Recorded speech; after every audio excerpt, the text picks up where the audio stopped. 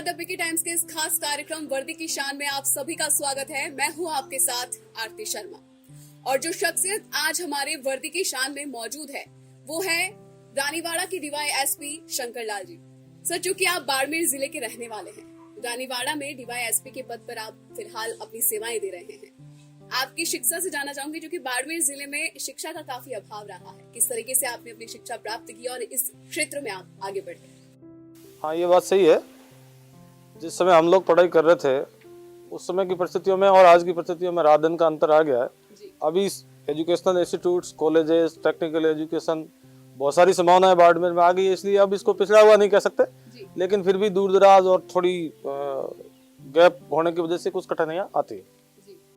पारिवारिक पृष्ठभूमि की अगर आप बात करें तो इस क्षेत्र में जाने के लिए आपको सबसे ज्यादा किसने प्रेरित किया? क्या घर में कोई ऐसे व्यक्तित्व है? नहीं, हमारा कोई बैकग्राउंड नहीं रहा पुलिस का, कोई हमारा कोई बैकग्राउंड मेरा नहीं है, मेरे गांव का भी नहीं, पड़ोसी गांव का भी नहीं। जी। मुझे याद है मेरा जो वेरिफिकेशन करने के लिए कोई पुलिसकर्मी गांव में आया था तो शायद लोग कहते थे कि अपने गांव में पहली बार कोई पुलिस वाला आया।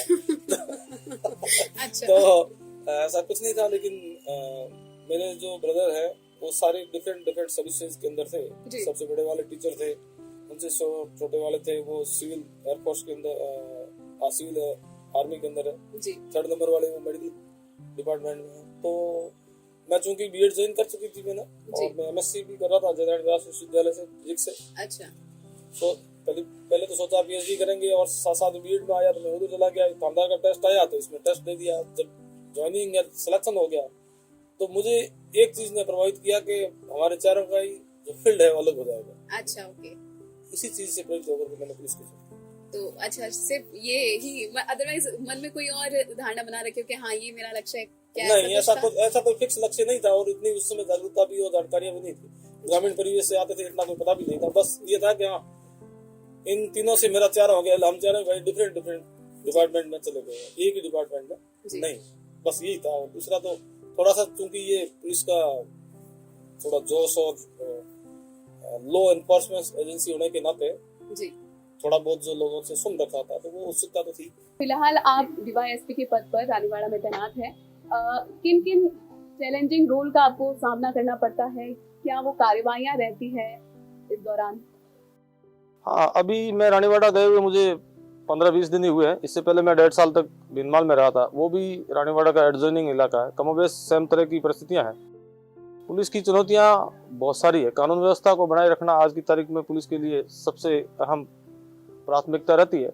उसके पश्चात जनता से जुड़े हुए जो मुद्दे हैं, जो काम है, चाहे इन्वेस्टिगेशन से संबंधित हो, कम्युनिटी पुलिसिंग हो, पेट्रोलिंग हो, चोरी चकारी नहीं हो, लोगों में पुलिस के प्रति विश्वास बना रहे, ये बहुत सारी चुनौतियां हैं जिस पे खरा उतरना पड़ता है।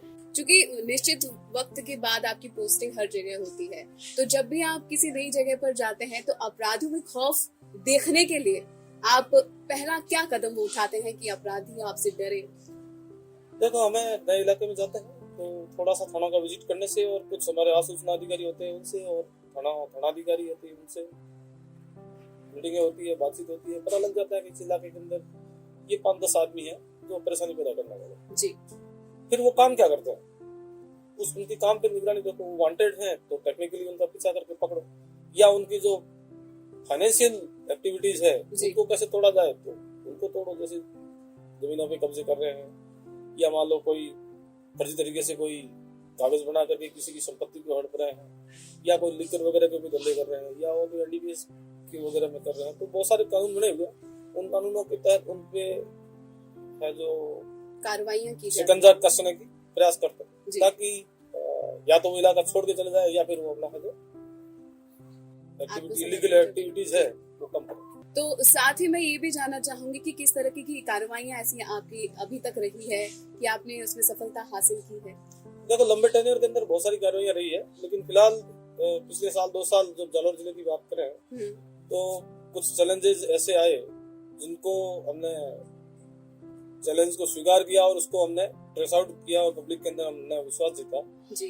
पिछले वर्ष सितंबर जब मैंने भीनमाल ज्वाइन किया था 2020 में, उन दिनों की बात है, 2 माइनर लड़कियों का गैंगरेप का केसेस था। तो वो हाथरस का जो कांड चल रहा था उस समय, उन दिनों की ये बात थी तो ज्यादा मीडिया में अट्रैक्टिव हुआ, लेकिन हमने 24 घंटे के अंदर ही उन लड़कियों को भी रिकवर करके और बेहतर इलाज करा दिया, और जो जो उस अपराध के दायरे में थे उनको हमने कोर्ट के सामने ले जाकर पेश कर दिया। 24 घंटे के अंदर ही लोगों में ये मैसेज चला गया कि पुलिस एक्टिव है, पुलिस की कार्य तत्परता से है, और उस पीड़िताओं के परिजनों से, पूरे गांव वालों से, पूरे इलाके वाले इस बात से खुश हुए कि बहुत ही अल्प समय के अंदर उस केस को हमने खोल दिया। इसके सिवाय अभी एक मर्डर केस हुआ था, एक मोमडन था जिसका, तो वो चूंकि सांप्रदायिक दृष्टि से बड़ा संवेदनशील मुद्दा था। जो कल्प्रिट्स थे, मुलजिम्स थे, उन्होंने किडनैप करके और उसको मार दिया, मारने के बाद में उसको जला दिया, और जलाने के बाद में एक गहरे कुएं के अंदर उसकी लाश मतलब राख गिरा दी। अच्छा, ओके। और वो पौन फान बंद करके भाग गए। कोई ऐसा रिसेंटली एपिसोड था नहीं कि किसी से उसकी अनबन हो, लेन देन हो या कोई झगड़ा हो, लेकिन फिर भी उस केस को हमने 5 दिन तक मेहनत करके और उसको खोल दिया। क्योंकि हम सभी देखते हैं कि ग्रामीण क्षेत्रों में ज्यादा कि लोग जब ऑनलाइन ठगी के शिकार होते हैं, जागरूकता उनमें नहीं इतनी है, तो वो ऑनलाइन ठगी के शिकार होते हैं, साइबर क्राइम के शिकार होते हैं। तो उन लोगों पर जो इस तरह की हरकतें करते हैं, उन पर कैसे आप लगाम कसते हैं? ये एक टिपिकल काम है और चुनौती है।